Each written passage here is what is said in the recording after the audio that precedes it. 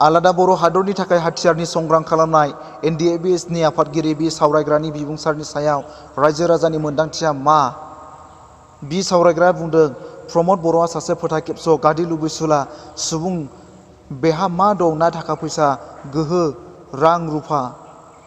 जों NDABनो मा होनो हागोन? लोगोफोर, बे मेसेजखौ होनायनि सिगां आं नोंथांमोननिसिम मोनसे फिसा रिकुवेस्ट खावलायदों।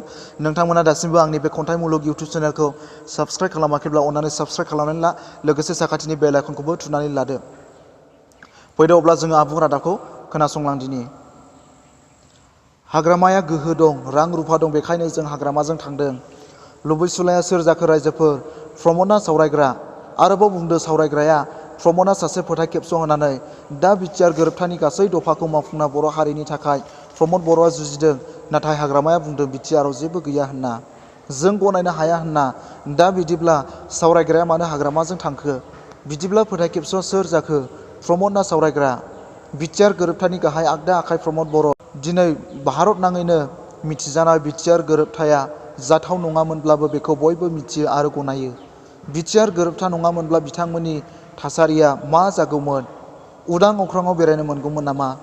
जाय हाग्रामा महिलारिया सरकारजों लोगो जाना NDABखौ फोजोबस्रांनो नाजादोंमोन, फोजोबस्रांबोदोंमोनबो। बेजों लोगो जानाया बेसे गनायथाव?